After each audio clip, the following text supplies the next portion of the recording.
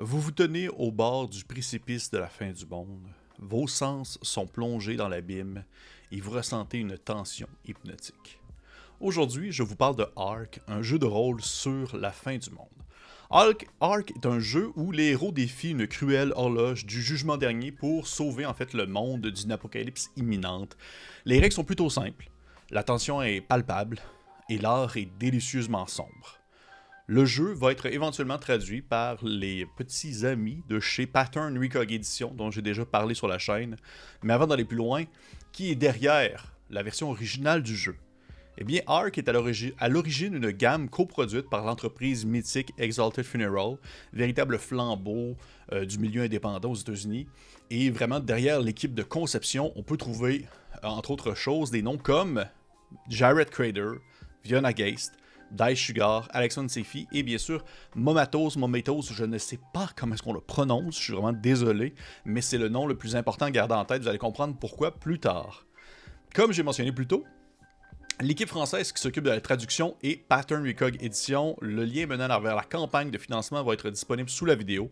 Ils font un travail de feu. C'est encore une excellente opportunité en fait d'encourager des initiatives qui mettent de l'avant des produits plus indépendants. Côté thème, les histoires que vous allez créer et jouer dans Ark vont justement être soumises à cette fameuse horloge. Pendant que les héros vont naviguer et faire des aventures, voyager, transformer le monde qui les entoure, l'horloge du jugement dernier va continuer à avancer et va apporter avec elle des événements qui vont finalement causer le cataclysme irréversible de cette fin du monde. On retrouve un jeu qui va offrir la possibilité de créer la raison qui mène à la fin du monde, mais également aussi les différentes augures qui vont annoncer cette fin-là. Il y a par le fait même la manière de les arrêter, d'avoir les outils nécessaires pour pouvoir comprendre ces augures-là et contrebalancer cette fin pour finalement annuler, on va dire, l'apocalypse imminente. Mais outre ça, on est dans une ambiance fantastique et une temporalité plutôt neutre. Et c'est vraiment très important dans la conception du livre parce que, en fait, Ark fait partie d'une initiative qu'on appelle le RPGC, c'est-à-dire des jeux de rôle sur table qui ont été créés par des créateurs en fait de l'Asie du Sud-Est. Et le but là-dedans, c'est de pouvoir en fait casser cette espèce d'image comme quoi on a un setting, on va dire une ambiance de défaut qui est, on va dire, l'Europe moyenâgeuse ou le médiéval européen. Et on veut dans le fond que les gens puissent s'approprier l'univers, s'approprier un contexte, on va dire une prémisse, à leur propre réalité locale à eux. Et c'est une initiative que je trouve vraiment intéressante. Tu sais, au final, je me rends compte qu'il y a beaucoup de jeux que j'apprécie qui sont dans on va dire dans cette ligne de pensée-là, qui ne vont pas nécessairement nous enfoncer dans la gorge un idéal ou du moins une mise en contexte qui est vraiment trop cadrée, mais bien au contraire, va tout simplement nous donner en fait des outils pour mettre de l'avant un certain type d'événement tout en nous permettant de personnaliser à notre propre expérience, à notre propre sauce, en quelque sorte, les 10 événements qui est, ben, dans ce cas-ci, la fin du monde. Côté système, Ark est un jeu assez simple. Ça se joue avec des compétences, quelques attributs, ainsi que des dés à 6 faces. C'est une mécanique de roll under, donc lancer le plus bas possible, avec, dans le fond, certaines compétences. Si vous lancez en dessous de celle-ci, vous réussissez l'action que vous voulez faire. L'histoire globale du jeu est créée pendant également la création de personnages, puisque, bien, vos personnages vont avoir un lien directement avec cette fin du monde imminente-là, mais également aussi va vous permettre de relier de prime abord les histoires des différents personnages autour de la table ensemble pour créer un groupe cohérent. Sans rentrer trop dans les détails du système, je veux tout de même justement prendre le temps de mentionner, on va dire, l'espèce d'approche que l'équipe a eu derrière, de vouloir offrir des choix et des options pour l'accomplissement de certaines mécaniques de jeu. Un exemple que je peux mentionner, c'est celui des sorts. Okay? On peut regagner ses sorts lors d'un repos, chose qui est quand même assez commune dans le jeu de rôle, je dirais, dans certains jeux qu'on pourrait nommer. Mais Ark va, en plus d'offrir ça, va offrir aussi, dans le fond, une possibilité de regagner les sortilèges perdus à l'aide de rituels que les joueurs vont pouvoir accomplir lors d'un moment de roleplay un peu plus en profondeur. C'est vraiment, on va dire, je suis vraiment l'anglicisme, une approche originale qui met l'emphase sur une adaptabilité remarquable de la part des concepteurs du jeu que j'apprécie énormément parce que ça permet pour ceux qui sont un peu plus à l'aise dans leurs pantoufles et qui n'aiment pas trop extrapoler sur des choses un peu plus flyées ou du moins un peu plus excentriques, qui peuvent tout de même demeurer dans le cadre des règles plus classiques, alors que d'autres personnes plus à l'aise, peut-être un peu plus tournées vers un certain type de jeu, pourraient être très intéressés par tout ce qui est dans les règles optionnelles qui sont proposées à l'intérieur de Ark. Certaines mécaniques peuvent rappeler des règles présentes dans certains jeux PBTA, c'est-à-dire l'inclusion de liens entre les personnages et des phrases pour lesquelles les personnages doivent trouver des réponses afin d'étoffer leur background et leur passé. L'horloge de la fin du monde et les augures. On arrive maintenant, c'est vraiment le cœur du jeu. Les héros tentent d'arrêter les présages, de comprendre qu'est-ce qui se passe pour pouvoir, on va dire, stopper cette fin du monde imminente-là. Le destin peut prendre différentes formes. Dans le livre, il y a des exemples qui sont mentionnés.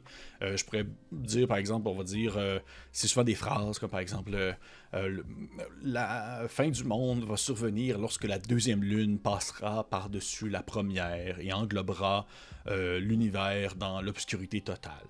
Et là, avec ça, on conçoit également aussi les différentes augures qui vont mener à cette fin du monde-là, c'est-à-dire que certains événements clés que les héros veulent résoudre pour pouvoir empêcher cette fin-là. Et les augures, ça peut être des choses aussi très, très cryptiques. On va dire par exemple, l'astrologue a disparu, laissant derrière lui des notes importantes à la compréhension du monde.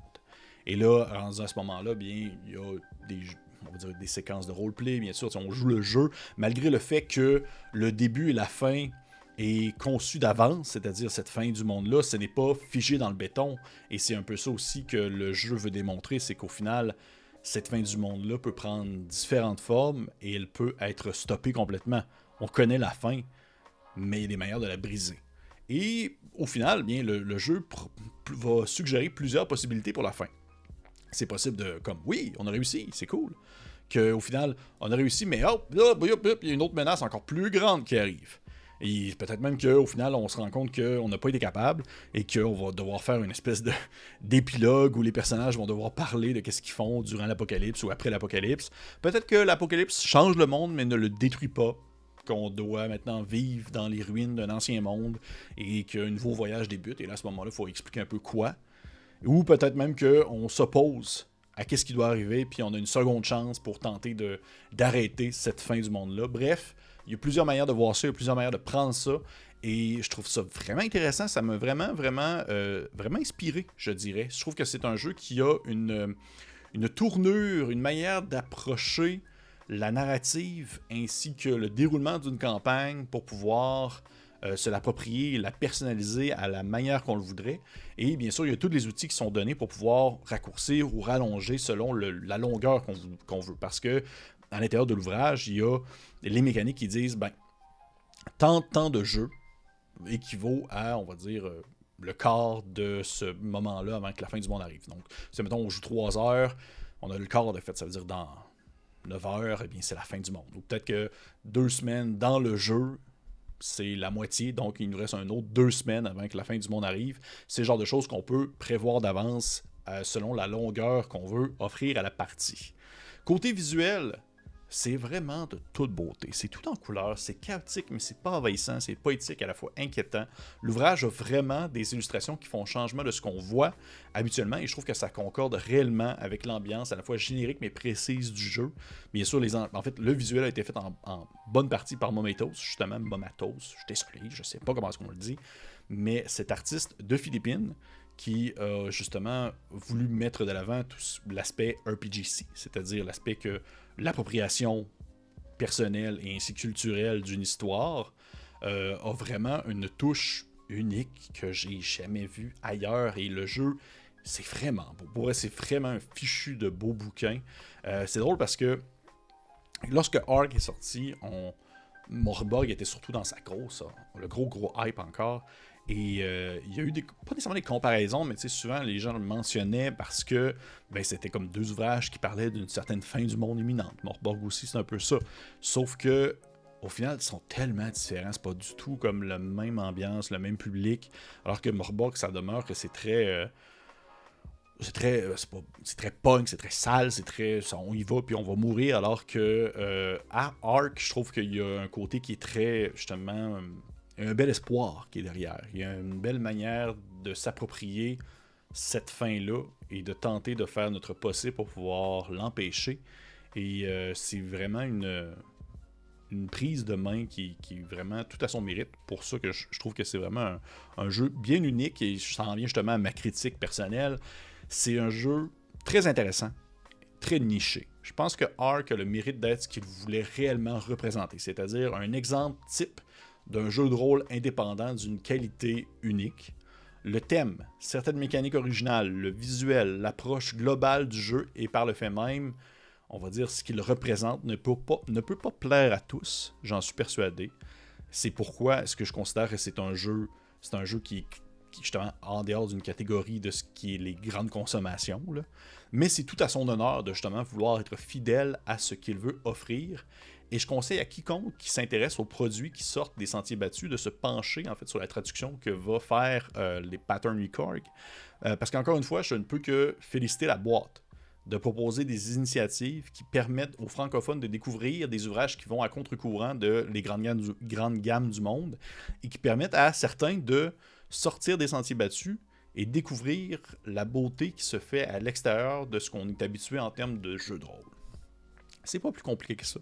Pour vrai, merci aux personnes qui m'ont écouté. Je vous conseille fortement de liker, partager, commenter. Si jamais ça vous intéresse, je vais mettre le lien vers la version anglaise. C'est sûr que je vais mettre aussi le lien vers la version française lorsque la campagne va être lancée. Je ne sais pas au moment où cette vidéo-là va être sortie, si la campagne va être lancée. Je ne suis pas dans les secrets des patterns, mais en espérant que vous encouragiez ça. Sinon, eh bien pour les autres, on se dit à la prochaine.